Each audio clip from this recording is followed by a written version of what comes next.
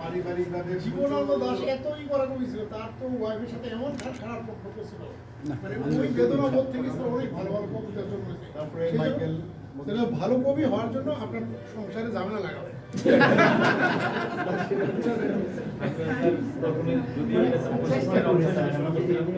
শুরু করার পর স্যার অনেকে যথেষ্ট আগ্রহ এবং খুবই এনজয় করছে। এটা মিনিংটা কি জানেন? আপনারা কালকে আমাকে বললেন যে স্যার আমরা স্যার থিমটা একটু বলেন। স্যার আমরা এখানে এই একাডেমিতে স্যার আমরা খুব সুন্দর, চেহারাগুলো সেই চকচকে।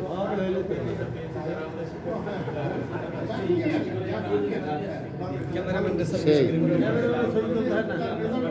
ওই দেখে ছবি উঠায় তো সবাই উঠায় না আবার। এর আগে নিয়েতে ওই যে আপনার বানানো হয়েছিল, বলা হয়েছে এবং তারপরে বানান শুদ্ধিকরণ একটা ক্লাস যুক্ত করা হয়েছে।